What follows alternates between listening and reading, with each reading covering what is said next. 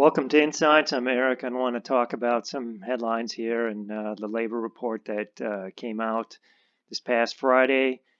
And I'm not really here to give you what my opinion on the situation is. I think the invisible hand's going to show us what that's going to be all on its own. It doesn't need any of my help. I can show you some of the trends that I'm seeing that are embedded into the economic activity composite, which calculates direction for the economy. It includes some labor measures, but not the traditional ones, such as uh, non-farm payrolls. That's a lagging one. So we see that we're passing Biden's stimulus plan or the next stimulus plan that's designed to save an ailing system. It's an ongoing trend. Anyone who's probably older than 20 years old has seen endless rounds of stimulus, bailouts, whatever, QE, federal uh, intervention, stimulus from all various aspects of life. It's just becoming the norm. And we're going to talk about why that is. And I also want to say that we can also see that how today we're focusing on auctioning off digital memorabilia from social media as kind of like it's an entertainment as the general economy deteriorates. It's kind of interesting what we tend to focus in on here while the barn is burning down. I mean, it's not uncommon to see this kind of stuff. It's just a form of distraction. It's ironic that some of this stuff there's so much money being thrown around, but yet the average person can't even make a living in the United States. But that's we're going to discuss and see why. We have in these charts we can see the civilian labor force, and that was updated yesterday. A sharp reduction in the amount of people working in terms of hundreds of thousands. The working civilian labor force crashed after the COVID outbreak, and we've recovered a bit, but we haven't even recovered half of what we lost.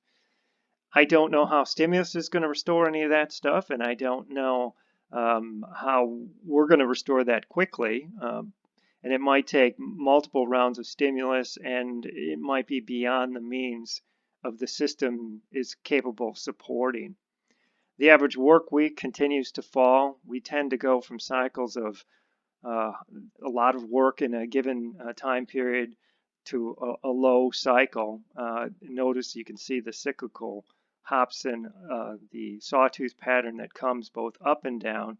That's normal, but in general, when you have a high water mark, you tend to head down to the low water mark, and without the onset of war, we're heading towards a low water mark, and this is going to sawtooth. So if the system survives, stimuluses and bailouts are going to be a lot more common than people even expect. The unemployment rate is dropped down to 6.2%. That's significantly lower than the Depression, but this number has been massaged downward so badly it doesn't even constitute, you can't even compare this number with the 25% unemployment in 1930. They did so many things to reduce this calculation and reduce this number. It's kind of, I mean, it's just out there. It gets thrown around on the headlines, but I would throw it out. It's completely meaningless from a historical standpoint or a computer analysis standpoint. This time series is not useful. What you can see that is useful is this is the non-farm payrolls, 12 months sum. It looks at the amount of job creation and destruction that's taking place. And we can see that within the normal time period post-war up to about 2009, when there was a economic contraction, the job destruction was kind of carried by this lower bound marked by all these dates right here. In 2009, it got a little bit more severe, and the recovery wasn't nearly as robust as previous expansion. So this is the expansion. Everything above the dotted line is job creation during expansion. So we're losing amplitude. We're gaining amplitude on the downside, and we're losing it on the upside. And now in 2021, we've crashed through this, and this is one of the reasons why it's highly doubtful that we'll ever restore back to normal, because how long is it going to take to even get job creation back up and above the dotted line?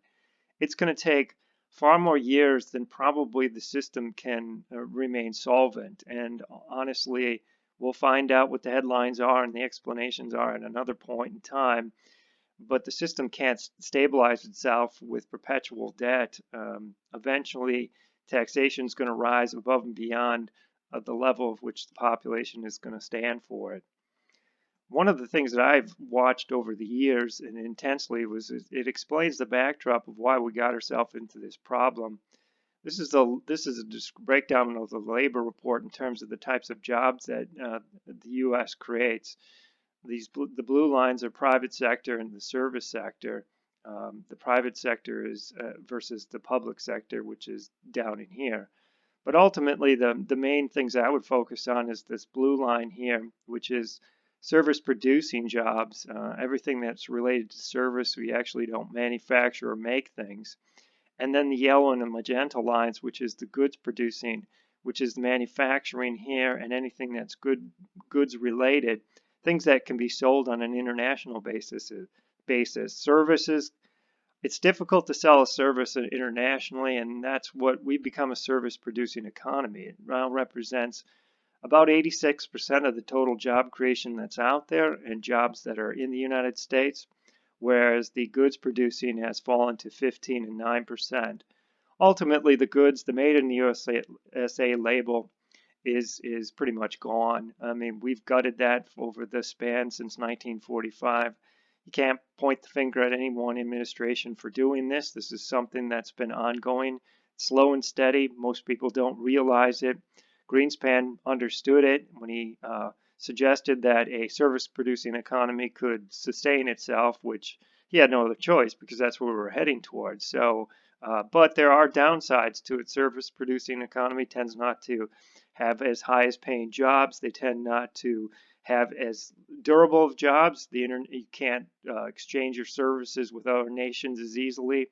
When things go bad, there's not a big safety net there, and we're seeing that now. Any type of hiccup wipes out labor almost instantaneously, and the savings rate is almost non-existent.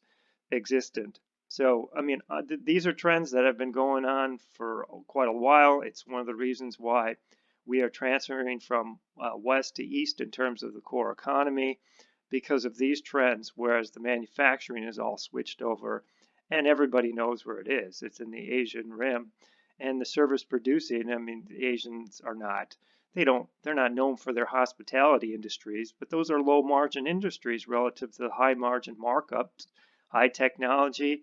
And in time, the only thing that's left in the United States is biotechnology, and that will be farmed out as well. So the headlines that we have, I mean, we're going to get stimulus. We're going to get another stimulus package signed. Biden's going to have a relief package. It's going to be sent out. I'm sure there's probably more than one coming because we ain't going to dig ourselves out of the hole. And whether we focus on, cartoonish types of, information stuff that hits the headlines, that's most likely. I mean, we're not going to talk about the things that are these trends that are being discussed here.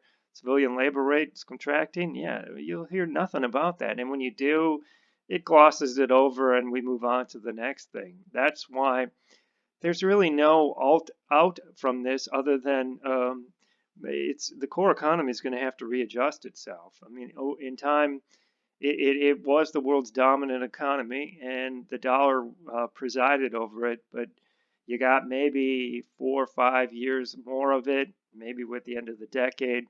It'll probably have to be reset with a basket of currencies because of these trends that we just talked about. So that's the labor situation in the United States. And now's the time to be thinking. You meld some of those ideas with the trend towards automation, artificial intelligence, and labor is going to be kneecapped around the world. There's just no avoiding it unless you are smart about the type of labor that you go and pursue within your lifetime or your family's interest and within their lifetimes. These labor trends aren't going to go away tomorrow. So thanks for watching the video. If you have any questions, let me know. Contact me below or filter back to the blog and read other reviews. There's a good one on the bond market and the intermarket relationships those are the things, those are financial trends and those are technical trends, but this is a broader macro trend which often gets glossed over. So thanks for watching and enjoy your weekend.